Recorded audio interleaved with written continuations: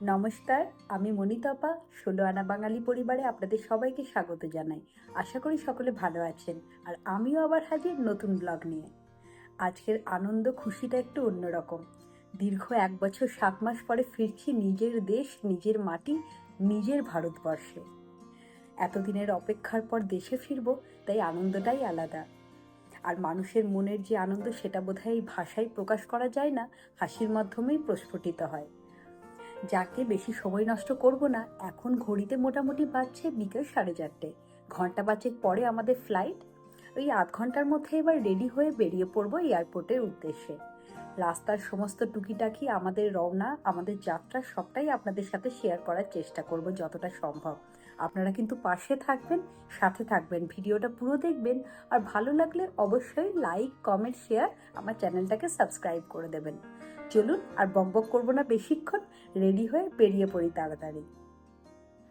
পৌঁছে গেছি মন্ট্রিয়াল এয়ারপোর্টে। সিকিউরিটি চেকিং বা ব্যাগেজ চেকিং সবটাই হয়ে গেছে। এবার বোর্ডিং গেটের দিকে আমরা যাচ্ছি। 8:50 নাগাদ ফ্লাইট। ওই মোটামুটি 18.5 ঘন্টা মতন লাগবে আমাদের কলকাতা পৌঁছাতে। কলকাতা থেকে যাব জামশেদপুর বা টাটানগর আমার শ্বশুর বাড়িতে। প্রথমে কটা দিন সেখানে কাটিয়ে তারপর যাব মায়ের কাছে। পাপাকে ছেড়ে যাচ্ছ, মন খারাপ করছো? আচ্ছা, কয়েকদিনের মধ্যে তো চলে আসবো। ওখানে সবাই বলো তো কতদিন থেকে অপেক্ষা করছি, কতদিন দেখা হয়নি।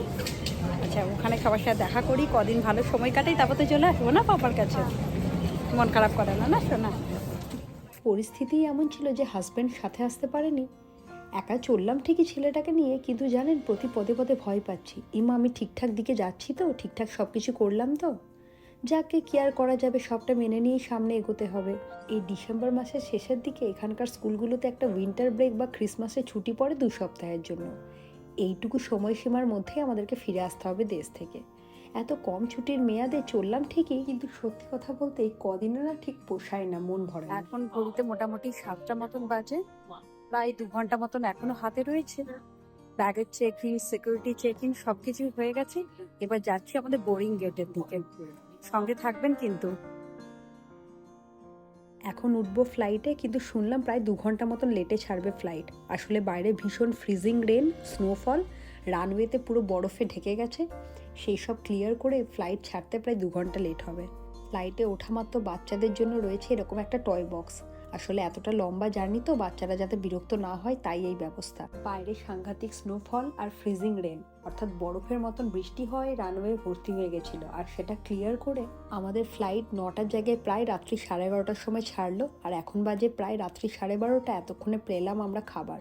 সে কখন থেকে মারাত্মক খিদে পেয়েছিল, কিন্তু কোনো উপায় ছিল না। ছেলেটা তো ক্লান্ত হয়ে আর খিদেতে বোধহয় ঘুমিয়েই পড়েছে। ওকে ডেকে কিছু খাইয়ে দিই এখন। ডিনারে ছিল জিরা রাইস, চিকেন বাটার মশালা, বেকড সবজি একটা, আর একটা ডেজার্ট। সব খেয়ে এবার ঘুমানোর চেষ্টা করব একটু। তবে জানেন ফ্লাইটে কিছুতেই ঘুম আসে না, ভীষণ অস্বস্তিকর। প্রায় 13 ঘন্টা পরে পৌঁছাবো কাতারে, সেখান থেকে ফ্লাইট চেঞ্জ করে কলকাতা। উঠে পড়েছি এখন সকালবেলা। উঠে পড়েছি বলা ভুল, রাতে যদিও কিছুই ঘুম হয়নি সেরকম, ওই একটু চোখটা বন্ধ করেছিলাম আর কি। চলে এসেছে আমাদের মর্নিং ব্রেকফাস্ট। চোখ মুখের অবস্থা দেখে বুঝতেই পারছেন যে কী হারে আমরা ক্লান্ত হয়ে গেছি।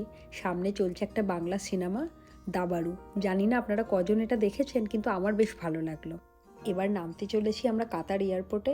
সন্ধেবেলা এখন, কি সুন্দর আকাশের দৃশ্য, তাই না? কিন্তু মুশকিলের বিষয় হলো আমাদের মন্ট্রিয়াল থেকে ফ্লাইট যেহেতু 2 ঘন্টা প্রায় পরে স্টার্ট হয়েছিল, এখানেও পৌঁছেছে 2 ঘন্টা পরে। আর আমাদের যেটা কানেক্টিং ফ্লাইট কলকাতার জন্য, সেটা তো 1 ঘন্টা 50 মিনিটের গ্যাপেই ছিল। কে জানে পাবো কি না। ইচ্ছা ছিল কাতার এয়ারপোর্টের ভেতরটা যে কেমন আপনাদের সাথে ভিডিও শেয়ার করব, কিন্তু সে বোধহয় আজকে আর ভাগ্যে নেই। খুব ভাগ্য ভালো আমাদের, কোনো রকমের দৌড়াতে দৌড়াতে ফ্লাইট পেলাম জানেন। ভিডিও বানানোর আর সুযোগ হলো না।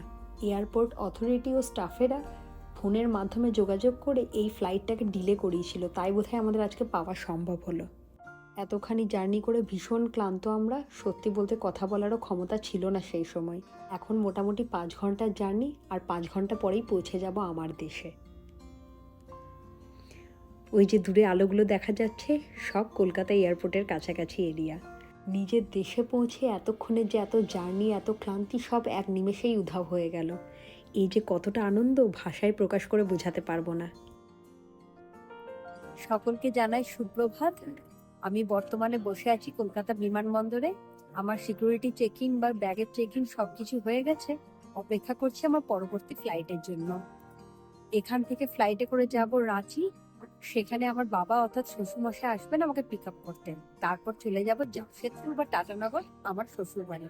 প্রথমে সেখানেই যাব, কয়েকটা দিন সেখানে কাটানোর পর যাব আমার বাপের বাড়ি। অনেকেই ভাববেন হয়তো কলকাতা থেকে অত ঘুরে রাঁচি গেলাম, তারপর রাঁচি থেকে বাই রোড আবার 2-2.5 ঘন্টা মতন ট্রাভেল করার পর পৌঁছাবো জামশেদপুর, এত কেন ঘুরে যাচ্ছি। আসলে আমাদের ইন্টারন্যাশনাল ফ্লাইটটা তো পৌঁছেছে প্রায় মাঝরাত্রে 2টোর সময়। তারপরে আমি এই ছোট বাচ্চাটাকে নিয়ে আর একা ক্যাবে করে স্টেশন যাওয়ার সাহস করলাম না। হাওড়া স্টেশন তো অনেকখানি এয়ারপোর্ট থেকে। সেই জন্যই ভাবলাম যে এইভাবে যদি ডোমেস্টিক এয়ারলাইন্সের থ্রুতে যাওয়া যায় রাঁচি, তারপর বাই রোড বাবারা যখন নিতেই আসবে সেটা বোধহয় বেশি সুবিধা হবে বা সেফটি সিকিউরিটির দিকে অনেকটা ভালো হবে। আর মাত্র ঘন্টা 3-এর অপেক্ষা, তারপরে 1 ঘন্টা 10 মিনিট মতন ফ্লাইটে থাকতে হবে, রাঁচি পৌঁছে যাব, তারপরে 2.5 ঘন্টা মতন বাই রোডে যেতে হবে। এই কখন নেমেছি, এবার সত্যি খিদে পেয়ে গেছে, কিন্তু সময়টা এত বাজে, এখন ভোর 4টে মতন বাজে। খিদে পাচ্ছে কিন্তু কিছু খেতে মন করছে না, আর এই সময়টা তো সব দোকান খোলাও পাওয়া যায় না। এই মোমোর দোকানটাই একমাত্র খোলা পেলাম, এখান থেকে একটা মোমোই নিয়ে নিই। এই ভাবতেই কেমন লাগছে এই ভোরবেলাতে মোমো খাবো, কিন্তু কি আর করবো বলুন, কিছু উপায়ও নেই। এখন সকাল 7টা মতন বাজে, 7:30টার সময় আমাদের ফ্লাইট। চলুন, ওই সামনে চলে এসেছে বাস, এবার বাসে উঠে পড়ি। এই ক্যানাডাতে স্কুলের সেশন শেষ হয় মোটামুটি জুন মাসের শেষের দিকে, তারপর লম্বা 2 মাসের ছুটি থাকে গরমের সময়। ওই অগাস্ট মাসের শেষের দিক থেকে আবার স্কুল শুরু হয় নতুনভাবে। ওই সময় 2 মাস ছুটি থাকলেও কি হবে, যা মারাত্মক গরম পড়ে সেই সময় দেশে। তার থেকেও বড় ব্যাপার, কোনো একটা কারণের জন্য যদি আসতে না পারি সেই সময় দেশে, তাহলে তো আবার কতদিন দেখা হবে না সবার সাথে তার ঠিক নেই। তাই কোনো রকম রিস্ক না নিয়ে এই সময়টাই, এই কম দিন ছুটি থাকলেও চলে এলাম দেশে। উঠে পড়েছি ফ্লাইটে, 1 ঘন্টা 10 মিনিটের যাত্রা, তারপরেই পৌঁছে যাব রাঁচি। ঘড়িতে সময় এখন সকাল 9টা। ঈশ্বর ও গুরুজনদের আশীর্বাদে মন্ট্রিয়াল থেকে রাঁচি এত লম্বা দূরত্ব অতিক্রম করে আমরা ঠিকঠাক করে পৌঁছে গেছি রাঁচি এয়ারপোর্টে। বাবারাও বাইরে অপেক্ষা করছে। আজকের ভিডিও তাহলে এখানেই শেষ করি। ভালো লাগলে অবশ্যই লাইক, কমেন্ট, শেয়ার আর আমার চ্যানেলটাকে সাবস্ক্রাইব করে দেবেন। সকলে ভালো থাকবেন, সুস্থ থাকবেন, আনন্দে থাকবেন।